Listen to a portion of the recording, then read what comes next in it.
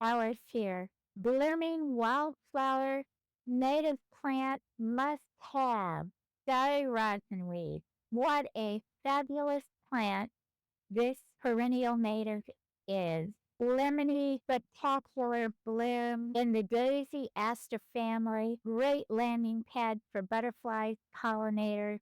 They come for the nectar and the pollen, and the birds, they're coming in the fall for the seed. It's a wondrous sight to see a butterfly, a beautiful swallowtail, flying around my native plants. And today's native highlight is Starry Rosinweed. This is a blooming native I have to have in my yard, and you might want it too. It grows on the branch-like parts of its stem and can get to 3 to 6 feet tall. It is a tough as nails native plant. It's in the Asteraceae family, and that's the family that has the largest number of blooming flowers. 30,000 species worldwide. If you live in USDA hardiness zones 4 through 8, and actually in Florida 8 through 10, a plant whose origin comes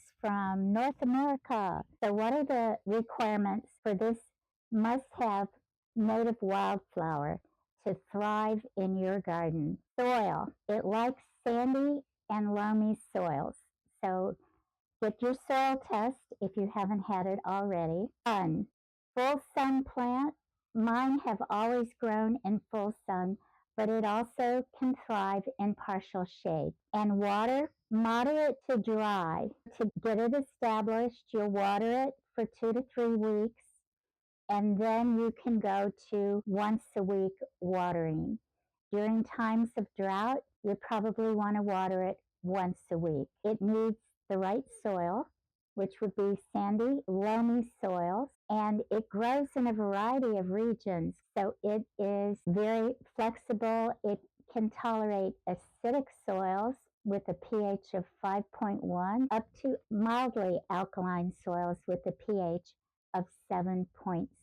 This is why it's important to have a soil test so you know the type of soil and the pH. That helps determine how successful you're going to be with growing a variety of native plants as well as many of the ornamental plants that are on the market. In my yard, I'm headed for a goal of 75% of the plants in my yard being native.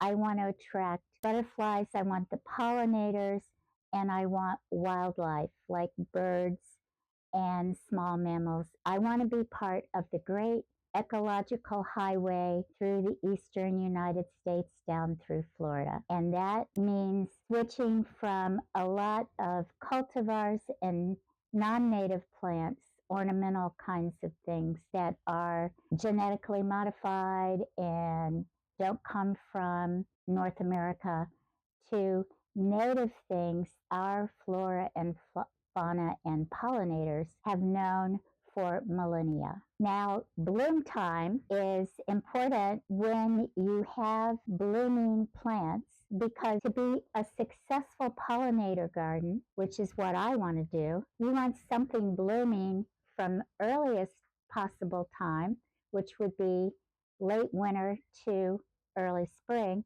all the way through fall.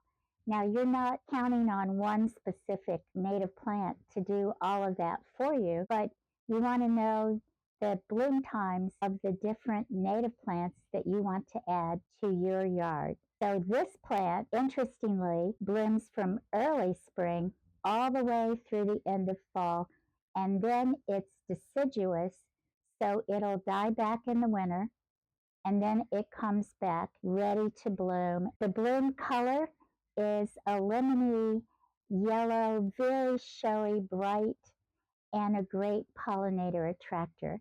So the bloom form, in the daisy or aster family, Asteraceae. Its petals go around a central disc. Great landing pad for butterflies and pollinators.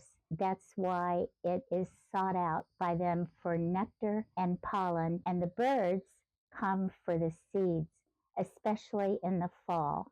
Indigenous peoples use this plant to clean their teeth and freshen their breath. It's got a gummy-like sap in the stems.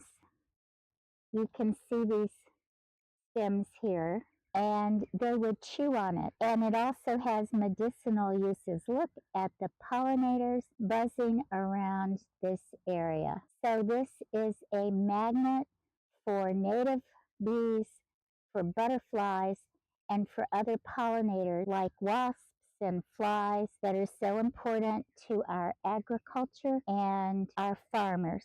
Now this plant is a prolific reseeder. You can see one of the blooms already gone to seed, and I just let the seeds fall off into the soil and see if it will self-seed, and lo and behold, right next to it, here are some Starry Rosinweed plants that will be coming up, and I am going to let them grow and thrive and have a whole beautiful patch of this plant. It gets about 1.5 to 2 feet wide, so it goes up and it's not quite as bushy as some of the other plants.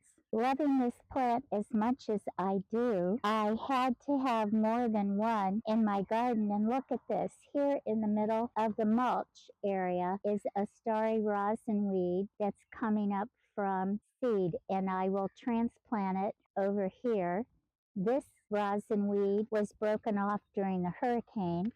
Its growth is just getting started, so it will be growing up to be just like the one across the way, and it has already spread next to it. And I have one more area in my yard where I have this plant growing, because with my pollinator plants, I like to have more than one location so the pollinators can fly from one side to the other side of my circle garden. My other planting area for my Starry Rosinweed, and there are 2 plants. This one is bushy and has plenty of buds.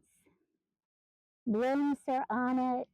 You can even see a seed head that'll be dropping some seeds. There's another rosinweed that's going to come up this year, going to grow from seed that was dropped last year. And here is a second mature plant that is getting ready to bloom. This plant blooms prolifically from early spring until fall. What I've found is if I cut it back in July, the plant will put up new stalk and the branches for flowers and not look leggy. A special bonus about this plant is its deer resistance. Some people will tell you if a deer is starving, they're going to eat whatever they can. But for the most part, the deer do not eat the blooms or the leaves of my Starry Rosinweed. And since I have deer hopping into the yard periodically, I consider that a great benefit of this plant. The other bonus about this plant is it is a prolific self-seeder. Like many native wildflowers, you can plant one and it will reseed and spread, and you'll have plenty of plants. It will keep growing and thriving in your yard. That's what I call forever plants. Just like the coreopsis that I talked about in a previous video, this plant will reseed itself. And you really don't have to do anything. If you want to collect the seed, you just collect the dead seed heads and take the seeds from them, store them at room temperature, and plant them in the late winter or early spring. And then you'll have your plants growing for the next season. I just let mine reseed themselves, and then if one shows up in a place I don't want it, I'll carefully dig it up and transplant it to another place. I want to have a big patch of these wonderful plants in various places around my yard. And the ideal number for different areas, if you're interested in attracting pollinators, is at least 3 places in your yard. That's the minimum. And if you've got the space, consider 5 different areas in the yard or even 7, depending on how large your yard is. But they should be not next to each other, but spaced around because the pollinators fly and they'll be looking for color and for form of the plant, things that they recognize. They can see, they can sense the ultraviolet rays, colors of the plants. That's what they're looking for. And they will go from plant to plant. And it's more likely you will keep butterflies in your yard for nectar with these plants spaced out. So how do you get this plant if you're just getting started and wanting to add it to a pollinator garden or a butterfly garden or a native plant garden that you're developing in your yard? First is to check for a local native nursery in your area and see if they have access to Starry Rosinweed and buy a plant. Or go to a native plant society plant sale. And many states have native plant organizations, and they have sales at many times in the spring and in the fall. So that's another good source. In Florida, we have the Florida Wildflower Cooperative, and they have seeds.